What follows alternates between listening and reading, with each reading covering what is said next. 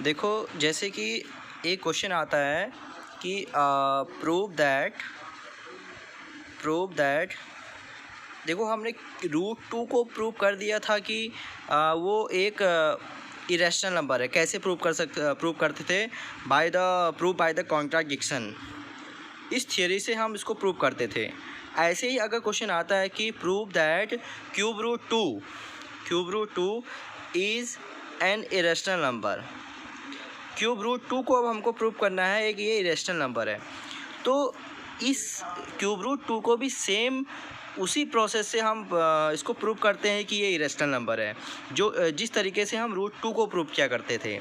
ठीक है, तो सेम प्रोसेस वही है। जो थ्योरी है वो प्रूव बाई कॉन्ट्राडिक्शन।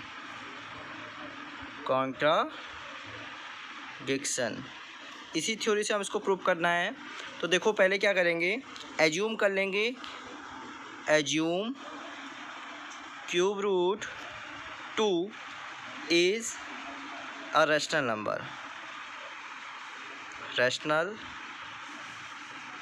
नंबर। अब देखो क्यूब रूट एक रैशनल नंबर है, then any rational number we represent in the form p by q। ठीक है, where p and q are positive integers ना, where p and q are integers and q not equals to 0। तो rational number ये होता है। तो यहाँ पर लिखेंगे, ठीक है, so cube root 2 represent a by b या फिर p बाई q, कुछ भी ले सकते हो। a बाई बी लो या फिर p बाई q लो। ठीक है, where a and b are integers. ठीक है, and a by b is in its simplest form. और जहाँ पर a एंड b क्या हैं, वो अपनी से एक सिंपलेस्ट फॉर्म में हैं, यानी कि इनको फिर से फर्दर डिवाइड हम नहीं कर सकते हैं। ठीक है, वे आर सिंपलेस्ट फॉर्म। ओके, तो हम कंटिन्यू करते हैं आगे से ही।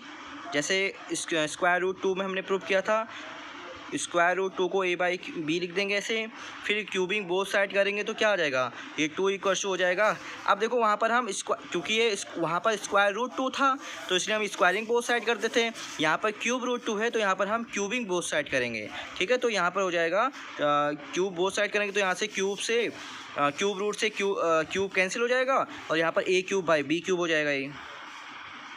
ठीक है, तो अब हम इसको क्या ले सकते हैं, a cube equals to 2b cube ऐसे ले सकते हैं। वही जो फिर एक थ्योरम थी, कौन सी थ्योरम थी, if a square is divide by 2 any number.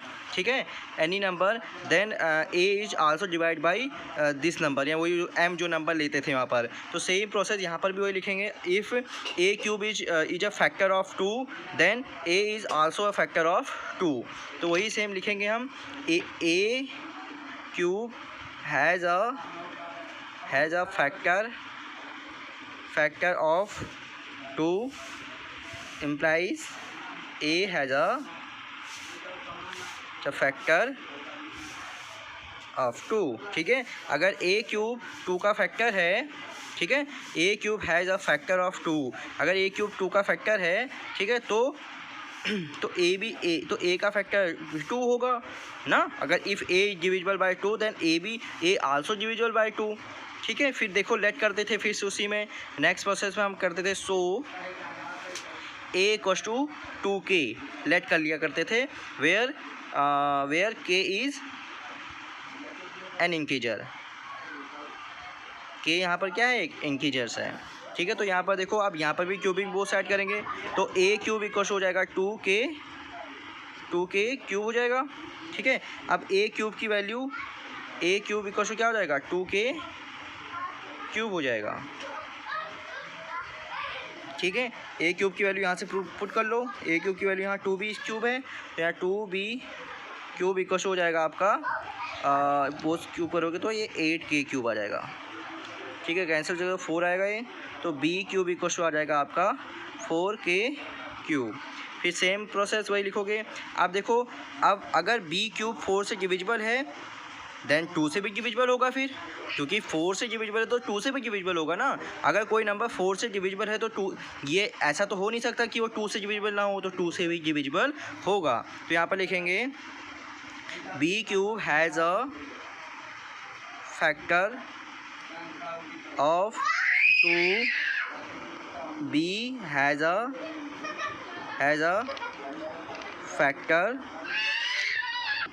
Factor of 2, ठीक है। फिर लिखेंगे if a and b both have a factor of 2, then A by B could not have been is its simplest form. हमने पूरा ऊपर assume किया था कि a and b simplest form में है, तो यहाँ पर देखो ए एंड बी के फैक्टर आ गए हैं 2, तो यहाँ पर ए एंड बी क्या है, कभी भी ए एंड बी ये एक सिंपलेस्ट फॉर्म में नहीं हो सकता, क्योंकि इसका एक फैक्टर 2 आ गया है ना, यानी कि अभी 2 से और डिविजिबल हो रहा है, ठीक है। Have been is its simplest form, where या फिर which is a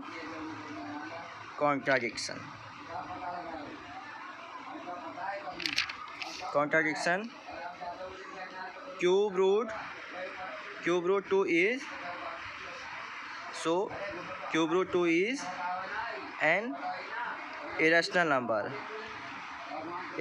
number, okay।